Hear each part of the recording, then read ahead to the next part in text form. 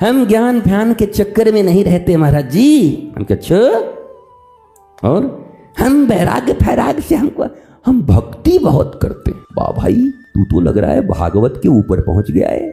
यहाँ भक्ति माता रोती चल रही है। पूछा नारद जी ने, काय को रो रही है? अरे बोला, हमारे ज्ञान वैराग्य नहीं है मेरे पास। ठीक, स्वयं भक्ति रुदन कर रही है ज्ञान और वैराग्य के अभाव में।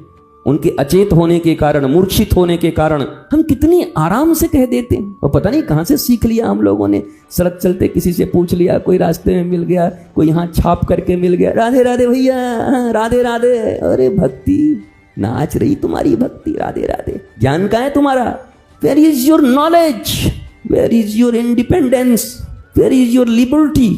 ईश्वर का अर्थ है सच्चिदानंद घन विग्रह,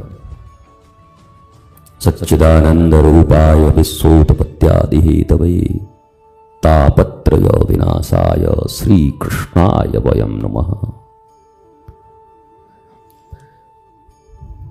जीवन के तीनों तापों से मुक्ति, दुख और ताप में बहुत अंतर है। भगवान श्री कृष्ण कहते हैं संसार दुखालयम, ये संसार दुखालय है, इससे बचोगे नहीं।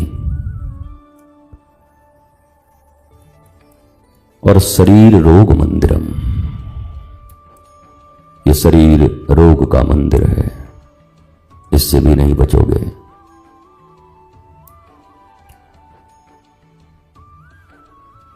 तीनों ताप जो हैं उससे बचने के उपाय हैं। उस दुख के कारण जो जीवन में ताप उत्पन्न होता, ज्वाला उत्पन्न होती, जो दग्धता होती है, उससे बचा जा सकता है। इसलिए श्रीमद् भागवत के महात्म के प्रथम मंगलाचरण में कहा गया तापत्रय विनाशाय। दुख विनाशक नहीं कहा, तीनों ताप के विनाश करता श्री कृष्णाय वयं नमः। ऐसे श्री कृष्ण को हम नमन करते हैं, प्रणाम करते हैं। नमन का अर्थ होता है नमन, ऐ मन बाहर जाओ, ऐ मन तुम्हारा नहीं चलेगा।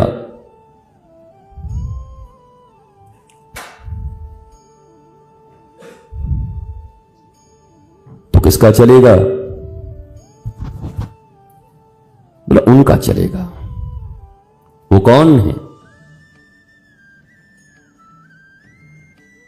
शरीर, इंद्रिय, मन, बुद्धि, चित्त, अहंकार, देन आत्मा, सप्तम द्वार। पहले शरीर है, इसी में सब अटके पड़े। बॉडी, मैं मेरा तू तेरा, इससे ऊपर गति नहीं किसी की। वो बातें हम जितनी बड़ी बड़ी कर लें, श्लोक हम जितने बड़े बड़े बोल लें, पर कहते हैं मनुष्य की असली पहचान तब होती है जब या तो परम दुख में हो या उसको कोई बहुत बड़ा पावर दे दो, शक्ति दे दो। तो जो असली आदमी है वो बाहर आ जाता है। वो कौन? ऐसे तो नकली लोग बाहर आते हैं, दुख में बिलबिला जाते हैं, सब सच्चाई सामने आ जाती है। और जब बहुत शक्ति प्राप्त होता है तो मनुष्य के असली आचरण बाहर आते हैं। धर्मयुक्त किसी राजा को जब राज मिलता है तो प्रत्येक प्रजा के भीतर धर्म की स्थापना करके उनके भीतर आनंद, प्रेम और शांति का बहाव करता है। वही किसी अधार्मिक राजा को जब शासन मिलता है, शक्ति मिलती है, पावर मिलता है, तो फिर वो शोषण, अत्याचार, अनाचार, व्याभिचार कंस की तरह प्रारंभ करता है। इस दुनिया में सोने के दो नगरी हैं, गोल्ड सिटी। फर्स्ट त्रेता में लंका एंड द्वापर में द्वारिका। दोनों सोने के हैं, गोल्ड के हैं। अयोध्या में तो एक गोल्ड है, एक कनक भवन है सिर्फ राम जी का। दशरथ जी ने कैकई को दिया, कैकई ने मुंह दिखाई में फिर इनको दे दिया ठाकुर जी को। पर लंका तो पूरी गोल्ड की है, सड़कें, नालियां, खड़ंजे, ईंट सब गोल्ड के हैं, गोल्ड। और ऐसी ही द्वारिका है, पर दोनों के राजा अलग अलग हैं। एक जो गुरु को भी नहीं मानता, धर्म को भी नहीं मानता, उपासक है। रावण उपासक है बहुत बड़ा, धार्मिक नहीं है, आध्यात्मिक नहीं है। उपासना अलग पद्धति है और आध्यात्म अलग चीज है। कई बार हम लोग सोचते हैं बड़ा व्रत करता है, बड़ा नियम करता है, बड़ा पूजा करता है तो बड़ा अच्छा आदमी होगा। पीछे लेके बैठ जाओ मनीष, बच्चे को पीछे लेके बैठ जाओ, नहीं तो मैं भी डिस्टर्ब होऊंगा, सुनने वाले डिस्टर्ब होंगे। उसको बाद में खिलाएंगे, बच्चे का जब समय आएगा तो गोद लेंगे, खिलाएंगे। But it's the time of knowledge.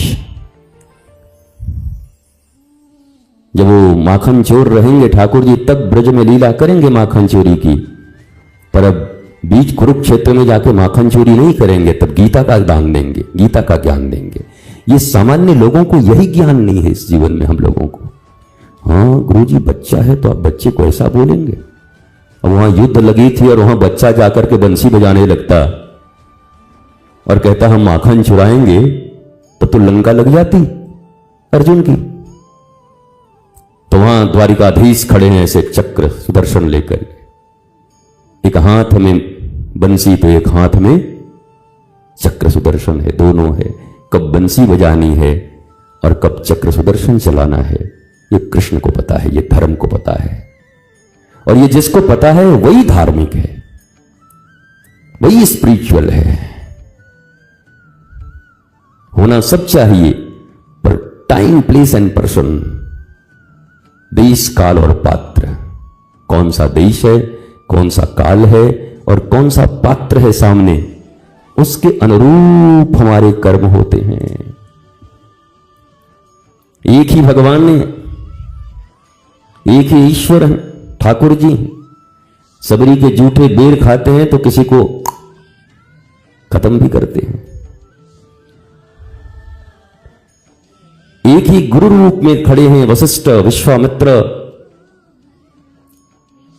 भगवान वशिष्ठ द्वार पर आ जाते तो प्रभु रोने लगते हैं, हे ठाकुर, हे गुरुदेव, क्या गलती हो गई कि स्वामी को सेवक के घर आना पड़ा?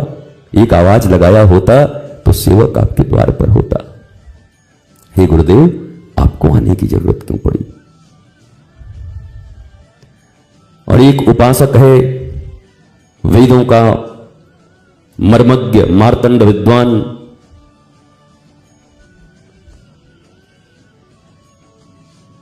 रावण। इतना ज्यादा विद्वान कोई होगा नहीं, इतनी पूजा अर्चना कोई करता नहीं है। शिवतांडव स्तोत्र बनाने वाला वो, राइटर वो, लिरिक्स उसकी, सिंगर वो, सब वो है। शिव जी का अभिषेक पे अभिषेक करते रहता है, पर काम सब उल्टे हैं उसके। दुनिया में जितने सुंदर हैं सब मेरा होना चाहिए, किसी के पास नहीं रहना चाहिए। लूट ले आओ, छीन ले आओ सबसे। एक राम जी हैं, कह रहे हैं जो मेरा है वही सबसे सुंदर है।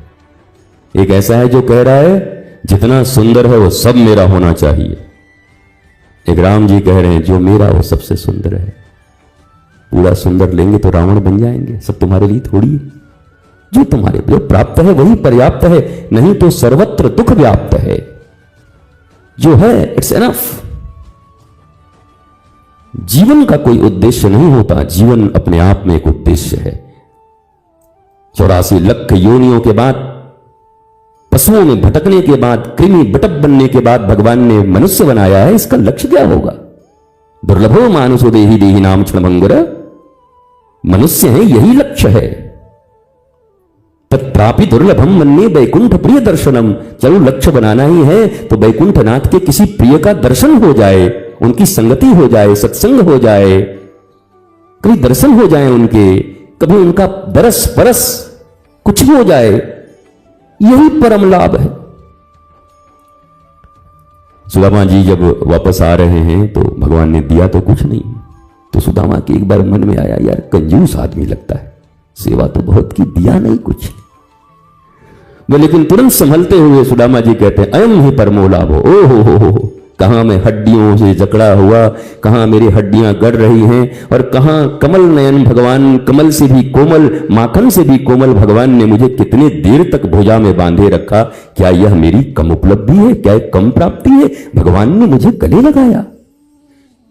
जिनको प्राप्ति के सुख लेने हैं, आनंद लेने हैं, वो एक निगाह भी भगवान देख ले तो उसी में नाच उठते हैं। और किसी के घर जाके खा के झाड़ू भी लगा के आ जाओ तो कहे गुरुजी झाड़ू तो लगाए लेकिन बाथरूम साफ नहीं किए। गुरुजी बाथरूम भी साफ कर देते तो बड़ा अच्छा होता। उनको संतोष नहीं है, वो असंतोषी है। Just like Surasa. हनुमान जी और सुरसा में क्या अंतर है? सुरसा सिर्फ बढ़ती ही जाती है, हनुमान जी बढ़ते हैं और छोटा होने भी जानते हैं। महान होने तो लघु होने भी आता है उनको। विकट रूप धरि लंक जरावा, तो फिर सुरसा के साथ अति लघु रूप पवन सुत लीना, छोटे से रूप में ठक आ गए हनुमान जी महाराज। अर्थात बड़ा बनने में कोई बुरी बात नहीं है, पर लघुता को जब उपलब्ध होना हो तो वो भी उपलब्ध हो लो ना, तब अभिमान खड़ा हो जाता है। हम और छोटे, हम और झुकेंगे, हमसे नहीं होगा। और सारे घर इसीलिए परेशान है, भाई भाई, पति पत्नी, पिता पुत्र, मित्र नातेदार रिश्तेदार, नेता मंत्री जनता, सब इसी में परेशान। हम झुकब? अच्छा हमको झुकाएंगे? मत झुको, खड़े रहो, उखड़ जाओ, फड़फड़ाओ, तुम्हें इसी में अच्छा लगता है तो यही करो। It's your choice. यहां कोई सुनियम और सुनीति किसी को बाध्य नहीं करते। धर्म किसी को बाध्य नहीं करता कि तुमको मानना ही होगा। रावण बाध्य नहीं था, कर भाई तेरे को जो करना है, परिणाम मिलेगा। कितने आदमी थे, परिणाम मिलेगा। कर्म किया है तो परिणाम जरूर मिलेगा। बीज पड़े और अंकुर न फूटे, ऐसा कभी नहीं हो सकता। कर्म करे और फल ना भोगे, ऐसा कभी नहीं हो सकता। कर्म करने में तू बड़ा होशियार है, पर फल भोगने में बड़ा ही लाचार है। जिसने जानी है महिमा गुरु की, उसका डूबा कभी न जहाज है। तो दो सोने के, ये बार बार मैं कहीं पता नहीं कितनी बार कह रहा हूं, और जो लोग सुनते हैं निरंतर बोलते हैं अच्छा ये वाला फिर से बोल रहे हैं, और सुनते सुनते तो हुए नहीं। लंका और द्वारिका की सोना क्या बोलो, सोने की चवन्नी कहीं दिख जाए तो उसके पीछे पता नहीं क्या कर दो। अठन्नी की तो बात अलग है और सिक्के की बात अलग है।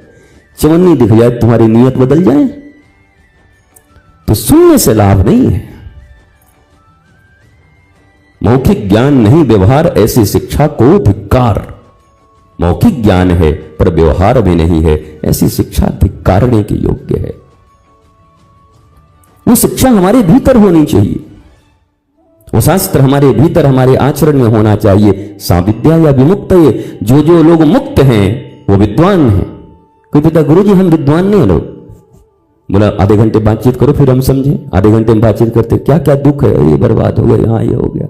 हम कि तू तो महाबंधन में, तू कहां से विद्वान हो गया? सा विद्या या विमुक्तये, एक लाइन में। विद्या का अर्थ है जो मुक्ति प्रदान कर दे, और जो विद्यावान है, विद्वान है, वो अभी भी बंधन में मुक्त नहीं, लिबर्टी नहीं है, उसको स्वतंत्रता का अनुभव नहीं करता वो। हां स्वतंत्रता, स्वच्छंदता नहीं, स्वच्छंदता बुरी बात है। स्वच्छंदता और स्वतंत्रता में बहुत अंतर होता है। हम स्वच्छंद हैं और आध्यात्म हमें स्वतंत्र होना सिखाता है। गोस्वामी कहते हैं पराधीन सुख सपने होना ही, पराधीन को सपने में भी सुख नहीं मिलता। तो भैया अब स्वाधीन कैसे बनोगे? बोला स्वाधीन ज्ञान के बल पर बनोगे, नॉलेज। वृंदावन में भक्ति है, पर भक्ति भी दुखी है क्योंकि ज्ञान और वैराग्य ठीक नहीं है, बूढ़े हो गए, गिर गए हैं, इसलिए भक्ति भी रो रही है। ध्यान देना, भक्ति अकेले कभी सुखी नहीं हो सकती अगर ज्ञान और वैराग्य साथ नहीं लगे हैं तो।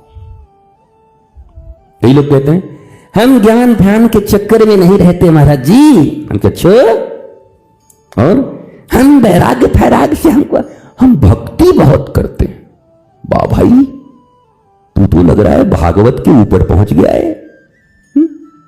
यहां भक्ति माता रोती चल रही है। पूछा नारद जी ने काय को रो रही है? अरे बोला हमारे ज्ञान वैराग्य नहीं है मेरे पास ठीक से। स्वयं भक्ति रुदन कर रही है ज्ञान और वैराग्य के अभाव में, उनके अचेत होने के कारण, मूर्छित होने के कारण। हम कितने आराम से कह देते हैं, और पता नहीं कहां से सीख लिया हम लोगों ने। सड़क चलते किसी से पूछ लिया, कोई रास्ते में मिल गया, कोई यहां छाप करके मिल गया, राधे राधे भैया, राधे राधे। अरे भक्ति नाच रही तुम्हारी भक्ति, राधे राधे। ज्ञान का है तुम्हारा? Where is your knowledge? Where is your independence? Where is your liberty? कहां है? और वो नहीं है तो किस बात की भक्ति है? और हम जैसे लोग भक्ति को ही बदनाम करते रहते हैं। बोला वो चाची इतनी बड़ी भगत हैं, पर मोहल्ले भर में शिकायत करते चलती हैं एक दूसरे का, बारे भक्ति चाची की। चाची ऐसी भक्ति ना करो, नहीं तो भक्ति बदनाम हो जाएगी। मंथरा तुम्हारे सामने शर्मा जाएगी, मंथरा भाग जाएगी तुमको देखकर। तुम भक्ति महारानी का अर्थ है जिन्होंने ज्ञान और वैराग्य को भी जागृत कर दिया, जो सबके हृदय में प्रतिष्ठित होकर सबको आनंद प्रदान करती हैं। और आप इतनी दुखी हैं? भक्ति का अर्थ है जो ज्ञानवंत हो, गुरु के ज्ञान से संपन्न हो, जो आत्मज्ञान से संपन्न हो, जिसने अपने लक्ष्य को पहचान लिया हो। Who am I, the beginning of real spiritualism is who am I. मैं कौन हूं? मैं क्यों आया हूं इस पृथ्वी पर? मैं क्या कर रहा हूं? मुझे क्या करना चाहिए था और क्या हो रहा है? मेरी उम्र 50 साल हो गई, अभी तक मैं हाय हाय कर रहा हूं। हे भगवान, 50 साल ऐसे ही गुजर गए, तो बचे हुए 30 साल में क्या पहाड़ खोदोगे? क्या कर लोगे? अरे बड़ी जवानी में 18 साल के बाद जवान हो गए थे, 18 साल के बाद अपने माँ बाप को तुमने कह दिया था कि अब मैं 18 साल का हो गया हूं, अब मुझे ज्ञान हो गया है। 16 साल के बाद अगर बाप का, बेटे का जूता बाप के इसमें आ जाए तो मित्र की तरह व्यवहार करना चाहिए, मुझको बच्चा मत समझना। और 50 साल में भी आप तकलीफ में हैं, दुर्दशा में हैं, दुख में हैं, रो रहे हैं, बिलबिला रहे हैं, मिन्नतें कर रहे हैं, परिवार से संतुष्ट नहीं है, सरकार से संतुष्ट नहीं है, राष्ट्र से संतुष्ट नहीं है, मोहल्ले वाले से संतुष्ट नहीं है, पुत्र से संतुष्ट नहीं है, खुद से संतुष्ट नहीं है। कह रहे हैं 50 साल हमारी उम्र है, ऐसी सफेद हमने बाल नहीं किए धूप में। वो तो हम भी कहते कि दाढ़ी ऐसे ही सफेद नहीं हुई है, लेकिन वैसे ही सफेद हो गई है। इसमें हमने कोई मेहनत नहीं किया। हाँ, हमने काला करने का भी मेहनत नहीं किया, बस इतना ही किया है। ये जब जैसा हुआ हमने कहा बस बनते रहे भाई अपने तरीके से, खुद उजला हो खुद काला हो, मुझे इस पर बहुत ज्यादा ध्यान नहीं देना। इसका काम है उजला काला होना, एक दिन जाना है, इस पर कौन इतना ध्यान दे। कहां ऐसे पकड़ पकड़ के रंगे, ऐसे करके आईना ऐसे देख, ऐसे ऐसे एक एक बाल कौन रंगे, इतना कौन मेहनत करे। जैसे हैं सामने खड़े हो जाओ। बाल रंग के क्या होगा, भीतर इंद्रधनुष की तरह रंगो। भाई मीरा तो कहती है ऐसा रंग मोरा रंग दे सांवरिया, वो रंग रंगो। तो हम तो गोदरेज का रंग लेके परेशान हैं दिन रात। बाल रंगे, मुंह रंगे, कान रंगे, जरा भीतर भी रंग लो। धोबिया धोए चाहे सारी उमरिया, ऐसा रंग लो, श्याम रंग लंग लो। वो रंग तो नहीं रंगते, कुछ और रंग लगाते हो, और वो रंग लगा के भी बदरंग लग रहे हो, भीतर से बेरंग लग रहे हो। न कोई उमंग है, न कोई तरंग है। मेरी जिंदगी क्या है, जैसे कोई कटी पतंग है, कोई उमंग तरंग है ही नहीं। तो उमंगता चाहिए, तरंगता चाहिए। आप देखेंगे सत्संग करते समय भी लोग कितने सीरियस रहते हैं।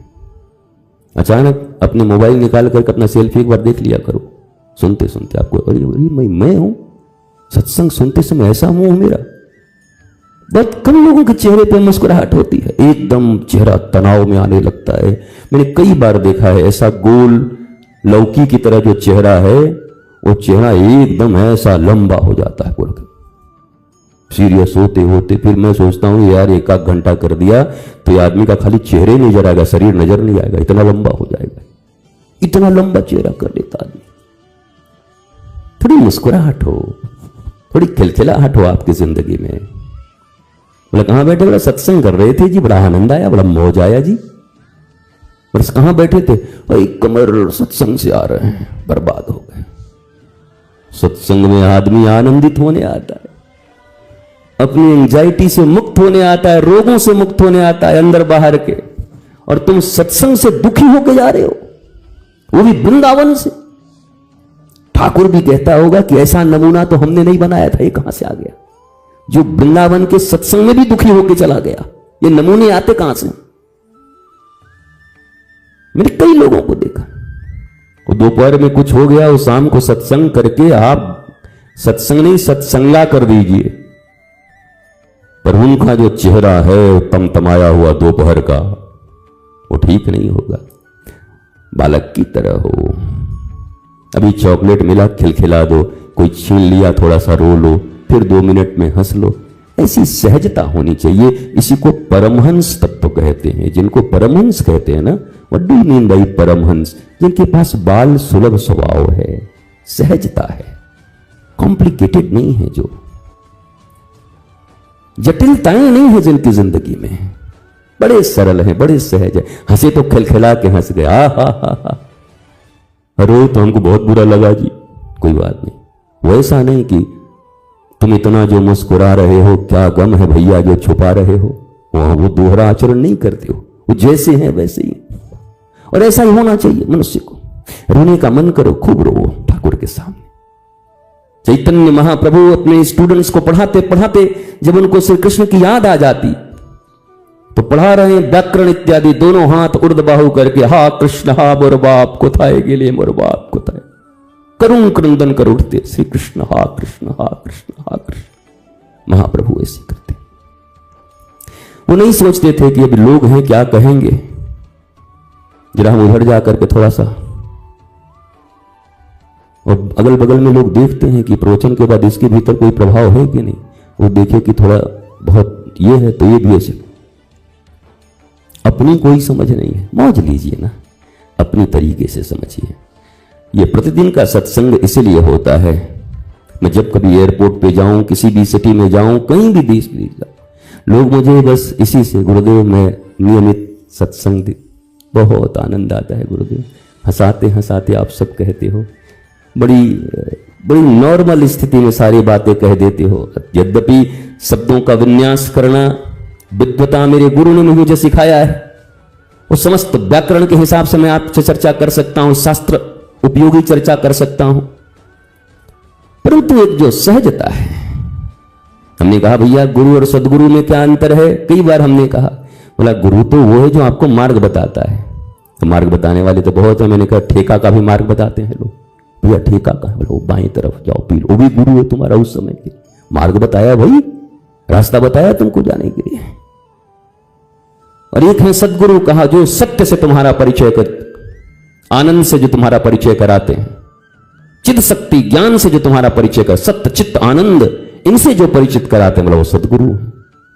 तो गुरु तो बहुत हो सकते हैं, पर जीवन में जब सदगुरु मिल जाते हैं तो मीरा की तरह घुंघरू बन जाते हैं और मौज आ जाती है, नृत्य करने लगते हैं लोग, आह्लादित हो जाते हैं जीवन में। और हमें यही चाहिए, मस्ती ऐसी ही चाहिए। धर्म बहुत सीरियस विषय नहीं है, कई लोग धर्म के नाम पर इतना सीरियस हो जाते हैं कि उधर ही से मुंह बना धर्म करने जा रहे हैं। जीवन में पहले ही से इतना डिप्रेशन में थे, धर्म एक और डिप्रेशन है। धर्म खिलखिलाने का है, आनंद करने का, हंसने का, मुस्कुराने का, चर्चाएं करने का और कुछ समझने का है। समझे लागू करें अपने जीवन में, मस्त रहें, उपस्थित रहें। रामो विग्रहवान धर्म, भगवान चलते फिरते धर्म है, श्री कृष्ण चलते फिरते धर्म है। और जीवन में गुरु का उन्हीं का रूप कहा जाता है। भगवान शिव पार्वती के अगर संवाद को तुमने कभी सुना हो गुरु गीता में, तो वहां पर भगवान कह रहे हैं कि प्रत्यक्ष अचल विग्रह जो भगवान की मूर्ति है, वो जब कभी अत्यंत प्रसन्न हो जाते हैं तो गुरुदेव के रूप में चलते हुए शिष्य के सामने खड़े हो जाते हैं, वही सचल विग्रह के रूप में खड़े हो जाते हैं। ये भगवान शिव की ये उक्ति है माता पार्वती से। हम इसका आनंद लें, हम इस मौज में रहें, आह्लाद में रहें।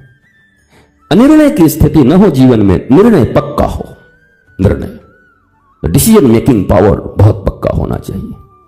कर लिया तो कर लिया। फिर हमें याद है जब हम गुरुदेव के पास रहते, कितनी नौकरियां, कितनी प्रलोभन, कितनी चीजें।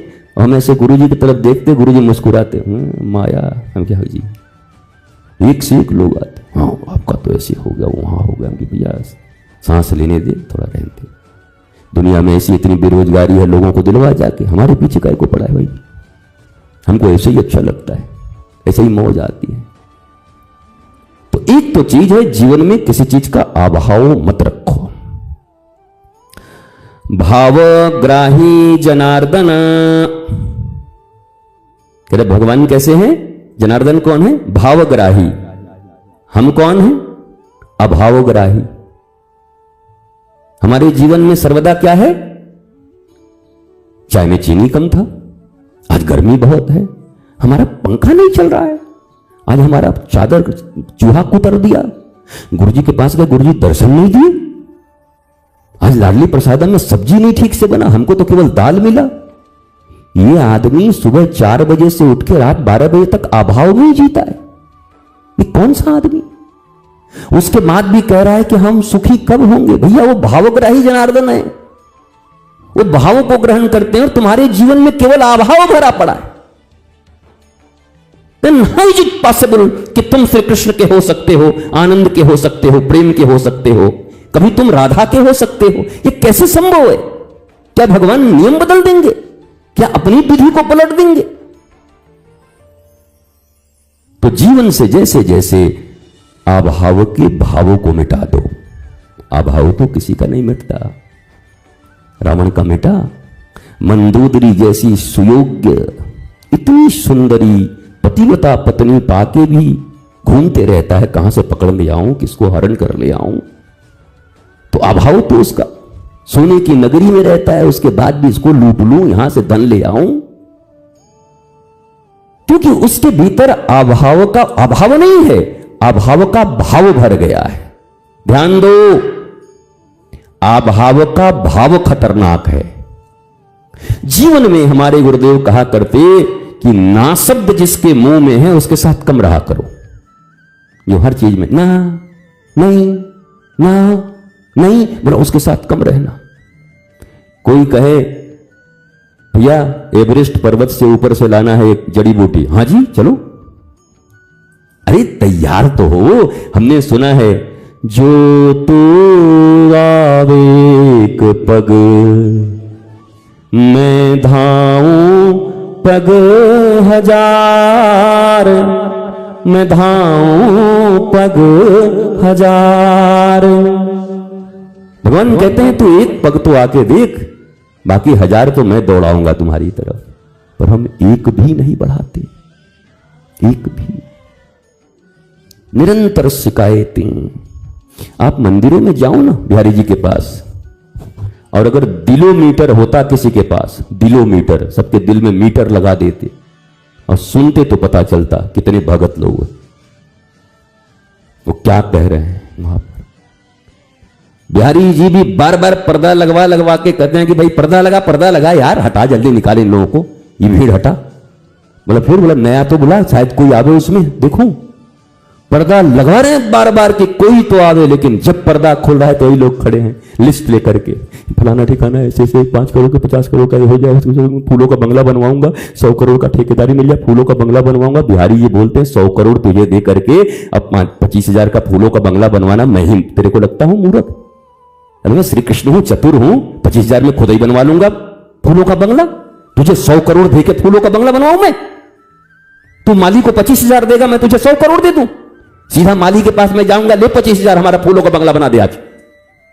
ये कमाल आदमी है, ये कैसे लोग हैं, ये कैसे बुद्धिमान लोग हैं, ये कैसी इनकी विवेकशीलता है, कैसी विज्ञता है, कैसा विजडम है इनके पास।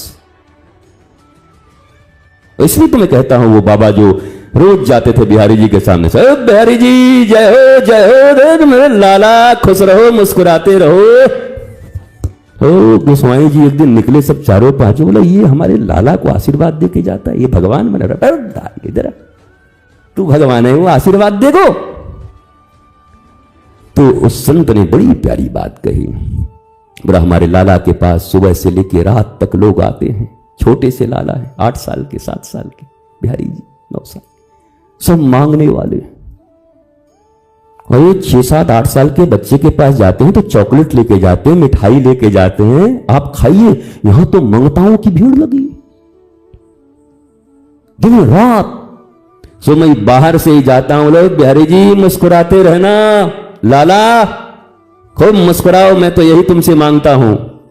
गोसाई जी लोग चरण में पड़ गए, बाबा तू ही पक्को भक्त है हमारे बिहारी जी को, सब मांगे और तू मुस्कुराहट मांगे बिहारी जी हमारे ठाकुर जी। कोई ऐसा भी तो हो, कभी ऐसा भी तो हो कि जाओ गुरुद्वार पर, जाओ हरि के द्वार पर, जाओ भगवत द्वार पर और जाकर कहो दोनों हाथ उठा करके ऐसे बोले जय जय श्री राधे। ठाकुर जी बोले कुछ बोलो बोल। अरे बोले बोलू क्या, जय जय श्री राधे, राधा रानी और तुम खूब झूलते रहो, आनंदित रहो, ठाकुर मुस्कुराते रहो। तुमको देख करके ऐसे ही मुस्कुराहट आ जाती है, तेरे चेहरे से नजर नहीं हटती, नजारे हम क्या देखें ठाकुर। कोई तो जाए, कोई तो कहे, पर हम अभाव के भाव से भरे हुए लोग हैं। रिश्तेदार के पास जाओ तो अभाव, वो 5-10 मिनट तक चलता है फौका फौकी। वो तो लंदन गए हैं, हमारे वाले तो बहुत विदेश में गए हैं, मैं तो पनडुब्बी खरीद लिया। एक ने कहा हमारे तो मत पूछो, अमेरिका वाला राष्ट्रपति का जहाज ही खरीद लिया हमारे पति ने। बोला राष्ट्रपति, बोला आजकल घोड़े पे चलता है वो, उसका जहाज उन्होंने खरीद लिया। कमाल है। और 10 मिनट के बाद अगर जख्म पर हाथ रख दो तो फिर जो टेप खुलती है, एक बात नहीं सुनते, निकम्मे हो गए हैं, बेटे लोग आवारा हो गए हैं। आई ये कौन सी टेप खुली अब, अभी तो कुछ और कह रहे थे। तो अभाव की भावना में भरे हैं ऑलवेज। भीतर से भाव हो, ऑल इज वेल, मुंह से नहीं, ऑल इज वेल। और भीतर बहुत बड़ा व्हेल, मछली, कुआं, ऑल इज वेल। हाँ मस्त, कैसे हो? मस्त हूं जी, अच्छा हूं, बिहारी जी की कृपा है, गुरु जी की कृपा है, संतन की कृपा है, माता पिता की कृपा है, गुरुजनों की कृपा है, अग्रजों की कृपा है, बहुत आनंद है, बहुत आह्लाद है, मस्ती है, कपड़े हैं। पूछा किसी ने, बिहारी जी के मंदिर में एक बाबा लंगोटी फटा पहना हुआ था। अब कह रहे बाबा ठाकुर तू तो दाता है, तूने तो सबको कल्याण क्या दे दिया ठाकुर, जितनी मेरी औकात नहीं थी। वहीं पर डीयू के कुछ स्टूडेंट्स थे, जेएनयू डीयू से आए हुए थे। बोला बाबा झूठ बोलने का भी हद होता है, फटा लंगोटा पहना है, झूठ मूठ के चापलूसी कर रहा है भगवान के सामने, ठीक से कपड़े भी नहीं तेरे पास, चापलूसी कर रहा है, क्या दिया क्या दिया। तो संत ने मुड़ करके कहा दृष्टि दृष्टि की बात है, जब मां के कोख से जन्म लिया था तो नंगा आया था, ये लंगोटा बिहारी जी का दिया हुआ है, वही धन्यवाद देने आया हूं। बिहारी जी ये लंगोटा तुम्हारा है, तुमने दिया। धन्यवाद देना हो तो एक फटी लंगोटी भी काफी है। और अभाव के भाव हृदय में भरने हो तो रावण जैसे सोने के राज्य में रह करके भी सदा अभाव तुम्हारे भीतर खटकता रहता है, कंस और रावण की तरह। It's totally depend upon you. भाव से भरो, ये भावों की भूमि है, वृंदावन भाव का भूमि। यहां सड़कें मत देखो, यहां नालियां गलियां देखने नहीं आए हो, यहां गंदगी देखने नहीं आए हो, यहां तो कण कण में उनके दर्शन हो। हमने तो कहा वृंदावन में हमें कोई छेड़ दे, कोई गाली दे दे, कोई ऐसे करके चला जाए तो भी चुपचाप निकल जाइए मुस्कुराते हुए। क्यों? पत्नी पूछे क्यों जी, तुमको गाली दिया तुम मुस्कुराते जा रहे हो?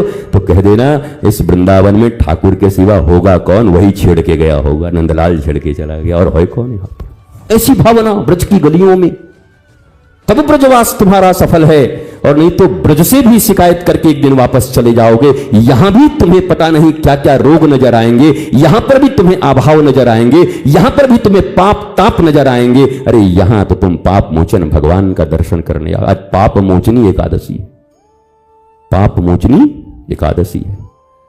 आज ठाकुर जी सबका पाप मोचन कर ही देंगे, चाहे कुछ भी हो जाए। आज तक का तो कर देंगे, अब कल से फिर करोगे तो फिर समझना, अगले साल फिर देखना। आज तक का तो हो जाएगा ठाकुर जी की कृपा से। आज पाप मोचनी एकादशी है, बड़ी कृपा है उनकी। आज तो इस दिव्य सत्संग में उपस्थिति मात्र से ठाकुर जी की ऐसी कृपा बरसेगी, मुझे परम विश्वास है कि समस्त पापों से हम आज तो मुक्त हो गए। पर कल से ध्यान रखियो भैया, ठीक ठाक ठाकुर जी का भजन करो, सत्संग करो, आनंद करो, सत्कर्म में डूबे रहो। ठाकुर जी निरंतर आपके ऊपर आशीर्वाद वर्षण कर रहे हैं। ठाकुर जी से कभी आशीर्वाद मांगो मत, वो तो बरसा रहे हैं। मांगना क्या है? मांगना मतलब उनकी नियत पर शंका करना है। कंजूस आदमी है क्या? सेठ हैं ठाकुर जी हमारे, हुक दे रहे हैं, बस तुम ले हो, पात्र ठीक रखो, उल्टे मत रहो, सीधे रहो, ग्रहण करो, बस तुम्हारी बात बन जाएगी। इस दिव्य और दैनिक सत्संग में प्रतिदिन हमारे भीतर 24 घंटे के भीतर जो दुर्गुण, जो कुविचार, जो बहुत सारी संगति दुस्संगतियां हमारे पास, 6 वृत्तियां हमारी भीतर हैं, काम क्रोध मद मोह लोभ मात्सर्य, ये 6 तो अपने ही भीतर बैठे हैं चकाचक, और बारी बारी से ड्राइवर बनते रहते हैं। कभी काम ड्राइव करता है, कभी क्रोध ड्राइव करता है, कभी लोभ ड्राइव करता है, कभी मद ड्राइव करता है, कभी ईर्ष्या ड्राइव करता है। ये सब बारी बारी से ड्राइव करते हैं, सब ड्राइवर हैं। देयर आर 6 कॉम्प्लेक्सेस, और सबके भीतर 1 ड्राइवर कॉम्प्लेक्स है, और ये बदलते रहते हैं। It's always changing. तो इसको क्या करो, बस नियंत्रित करने का एक ही उपाय है, हरि नाम से जुड़े रहिए, गुरु के मंत्र में निष्ठा रखिए। नित्य जितना हर बड़ी अच्छी बात अभी हमें त्रिवेदी जी ने कही, विधायक जी ने, हमारा उनका तो जन्मों जन्मों का संबंध है, हृदय से जन्मों जन्मों का।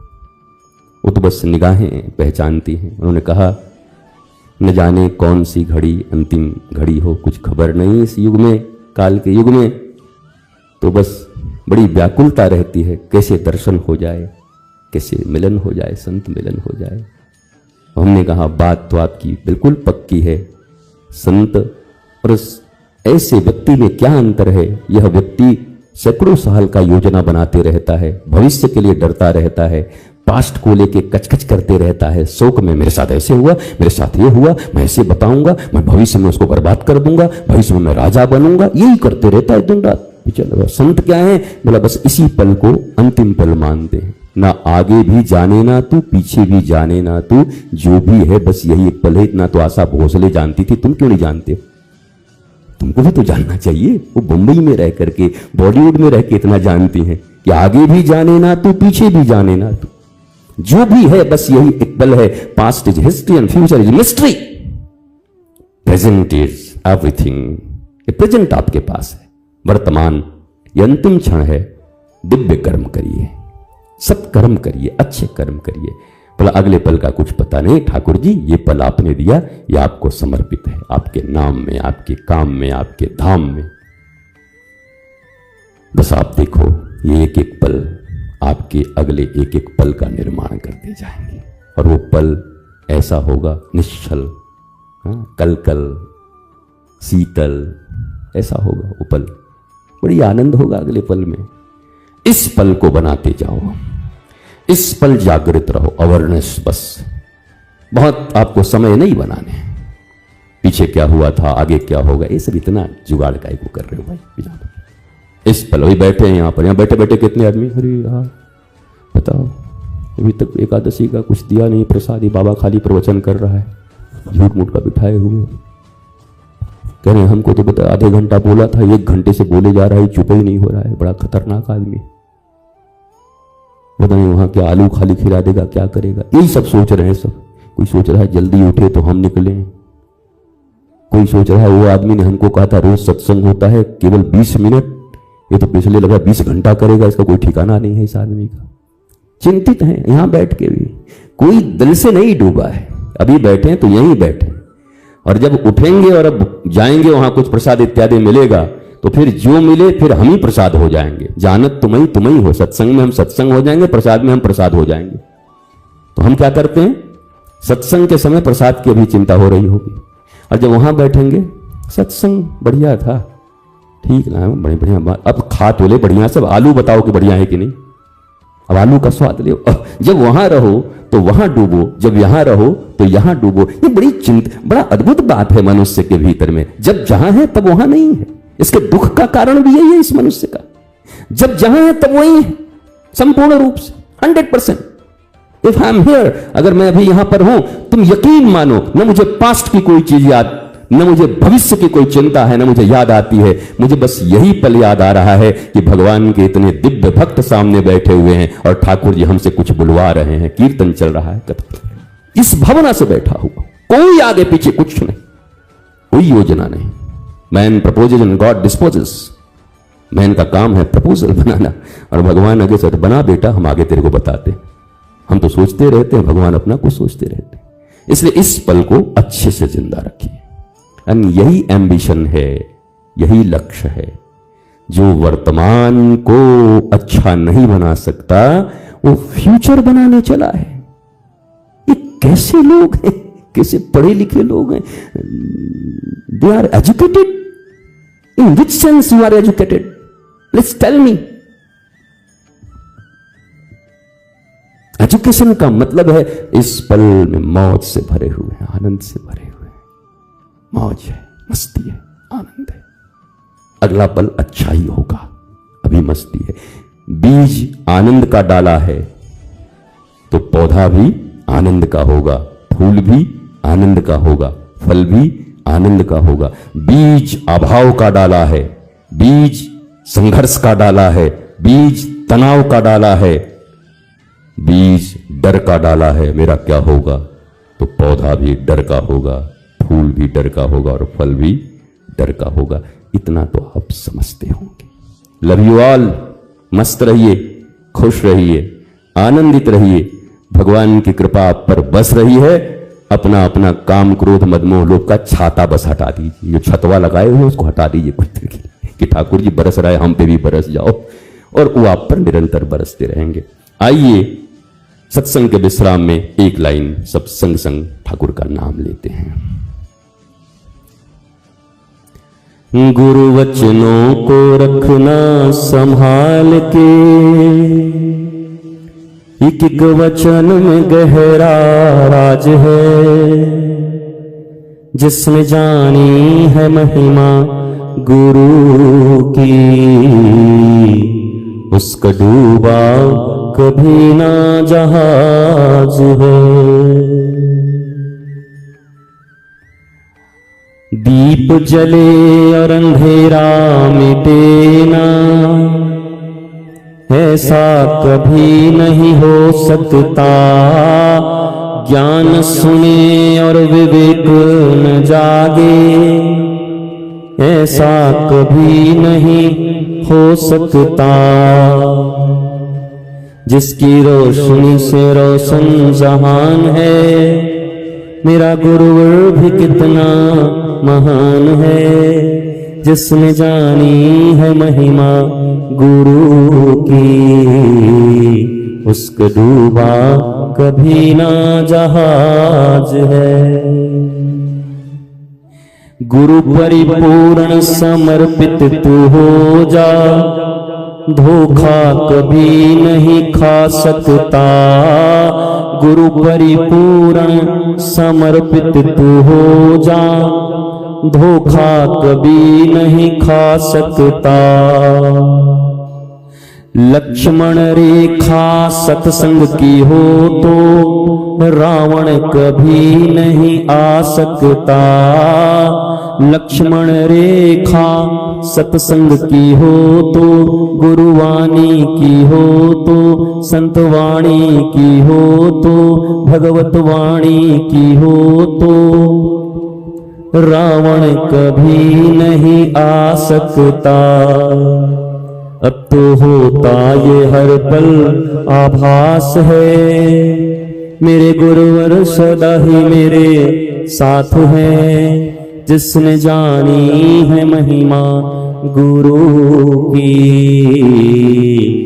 उसका डूबा कभी ना जहाज है, उसका डूबा कभी ना जहाज है। रंग महल के 10 दरवाजे, ना जाने खिड़की मेरी कौन सी खुली थी, मेरे गोविंद निकस गए, मैं ना लड़ी थी,